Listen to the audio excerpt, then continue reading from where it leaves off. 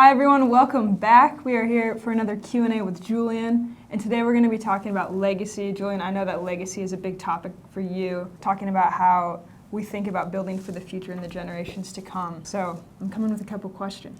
I think I'm ready. Hit me with your questions, Sofia. Well, first of all, what do you think are the characteristics of things that are built for legacy, or people who think with a legacy mindset? You know, the Bible says in Proverbs that a good father or a good man leaves an inheritance for his children. I think one of the things about legacy is we can tend to use that word as some kind of fancy-filled ideology about leaving big buildings or money or, whatever it is that you think legacy is, when actually the heart of legacy is relational. That it's about leaving an inheritance. It's about leaving something that a future generation can build with. In the Old Testament, one of the understandings of legacy or inheritance, if I could use that word interchangeably in some way. I'm not just talking about the idea of a monetary inheritance. I'm talking about the idea of a legacy that defines your family, defines your life for the next generation.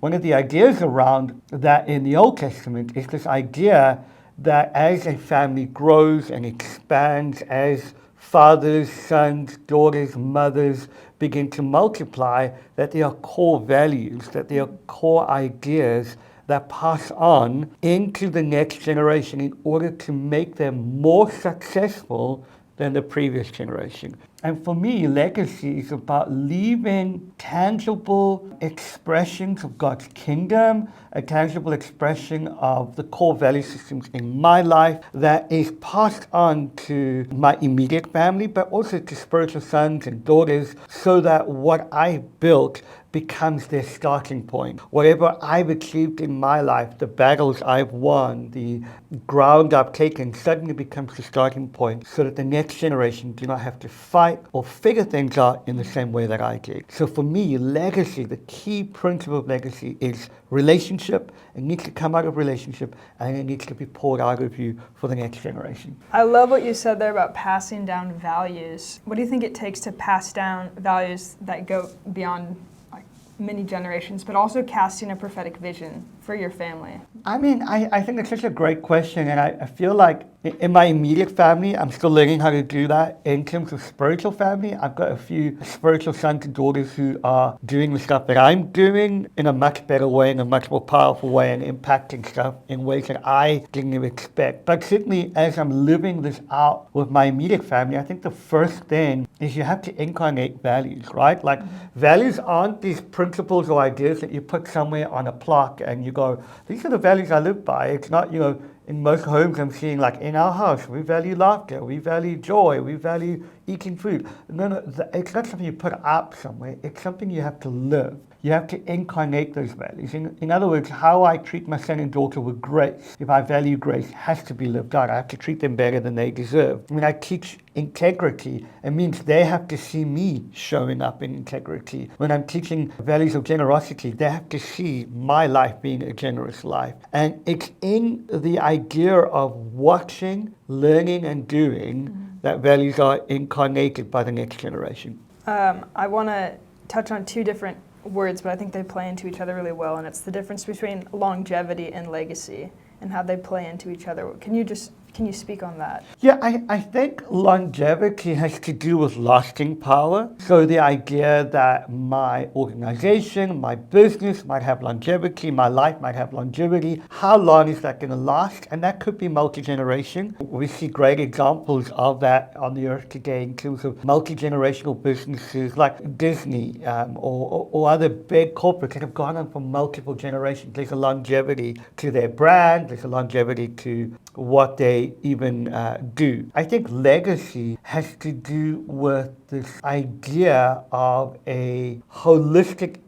integrated expression of life that you give to people. So a legacy of wealth, a legacy of love, a legacy of generosity. Those are more than simply how long does the organizational dynamic of legacy last, to how is this multiplied relationally at a much bigger level. And I think I want to build in a way according to kingdom legacy that takes the values of the kingdom and multiplies that into many spiritual sons and daughters, into my own family, into the organizations that I live, which might not actually have longevity, but they'll be able to multiply legacy for the length of time that those things are happening. My life, the longevity of my life, the length of my life, has to multiply legacy.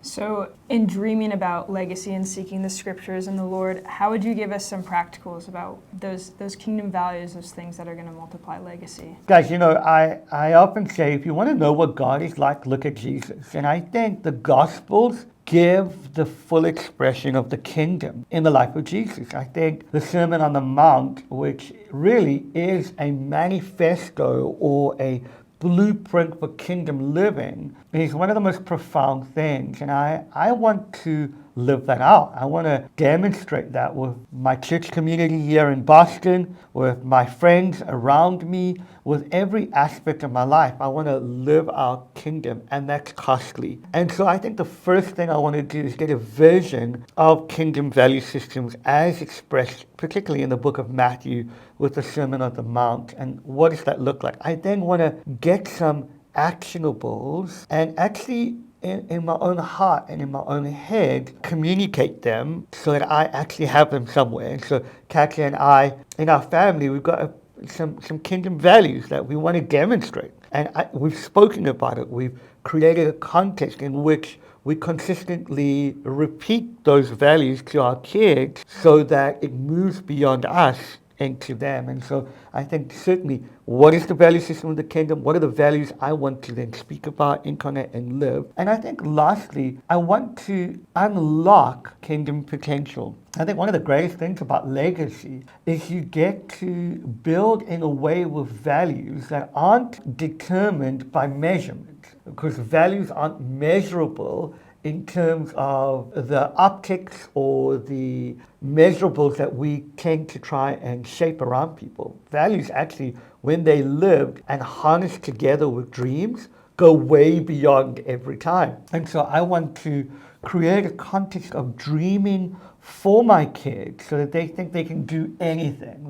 They can, because God's in them. And they dream with the ideas of heaven, but that what's infused into that dream potential are these values of the kingdom. And that's the juice of legacy that then begins to work itself out. And so when I'm in my organization, when I'm in our ministry context, and when I'm talking to my friends, I am creating context of impossibility, saying, what is it that's impossible? Because God wants you to do that. And now how are we going to do that is by making sure the character and the dynamics of values that you're seeing in my life is now beginning to be worked out in your life. The reality for me is my parents have done this. So my parents, in terms of their life, living under apartheid country, in a country that was governed by laws that separated white and people of color, meant that in terms of financial ability, in terms of ability to get me into university, in terms of ability to get us kids into any spaces that would be financially secure, they had none. They didn't have the resources to do that.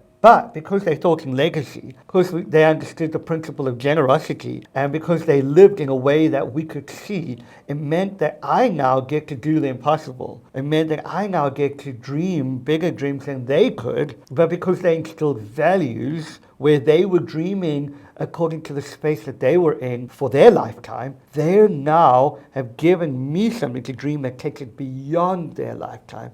So some of the stuff I'm doing, I know my dad and mom dreamt about for me to do, but they couldn't do it themselves. And in doing so, they've given me legacy, which is the Adams family legacy. It carries on forever and ever, as long as I'm alive and able to give that to my kids, and as long as they can pass it on. I love that piece of dreaming for your kids. Can you talk about when you're casting the vision for your kids and when they can't, well, obviously your kids are very young, but even just in your spiritual children, when you're casting that vision that they can't quite see it yet, what does that look like to walk with them?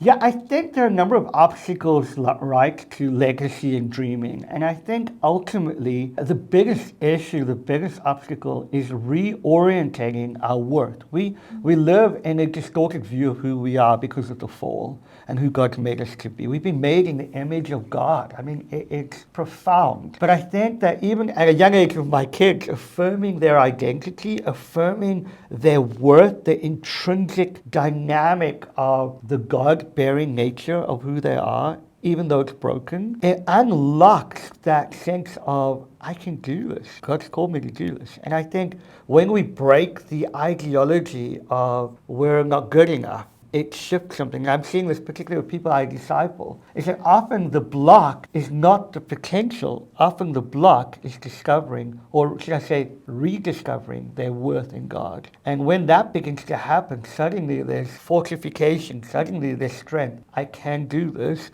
and I can do this for the sake of another generation. And so I think that's the big thing for me. It's like, how do I shift people's view of themselves to see them the way God sees them? That's awesome. I'm going to shift gears here for a second. So I've heard some preachers talk more about building generational wealth, which isn't evil by any means, but I think there becomes a line when it becomes the prosperity gospel versus actually building legacy. Can you talk about what you think that line is? So, I often tell people I'm a closet prosperity gospel believer. Just joking for the haters out there. I do believe God wants us blessed. I see it in Scripture. I think when you look in Corinthians, the Bible says that Jesus became poor that we may become rich. He's talking about in the context of money. I think rich is relative, so I don't know what that actually means, whether it's $1 billion or whether it's, $500. Right. In different contexts, that means something completely different. But what I do know is that the context of the kingdom is always increase. It says of the government of God, there will be no decrease. In other words, I'm to expect more from God's purposes, resources, and provision today than I did yesterday, because it always increases in the kingdom. But there is purpose to resource. There is purpose to wealth. And it's not just about the security of my family and amassing more and more money, which is the curse of capitalism, right? We work so hard to get a whole lot of money, and we simply allow that money to make a whole lot more money without any context of the apostolic imperative, which Paul tells us to remember the poor. The context of wealth, genuine wealth in the kingdom, is not what you've amassed by way of finance, but by way of relational equity and generosity. And so I want to live in the place of relational equity, that my wealth, both financially and relationally, is determined by who I'm connected to and who I'm being generous with. And so I want to move beyond simply living to what I can get. Wealth is not evil. Riches is not evil.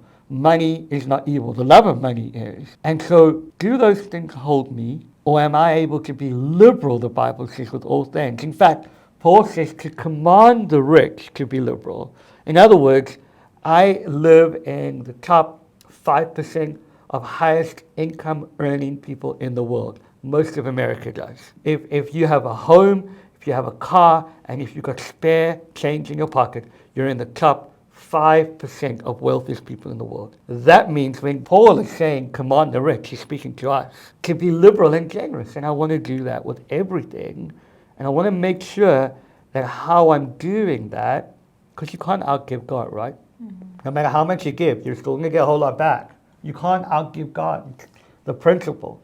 But I want to make sure that me, my family, my kids live with a lightness of generosity so that we are never owned by anything, but we're simply stewards of the resources of God.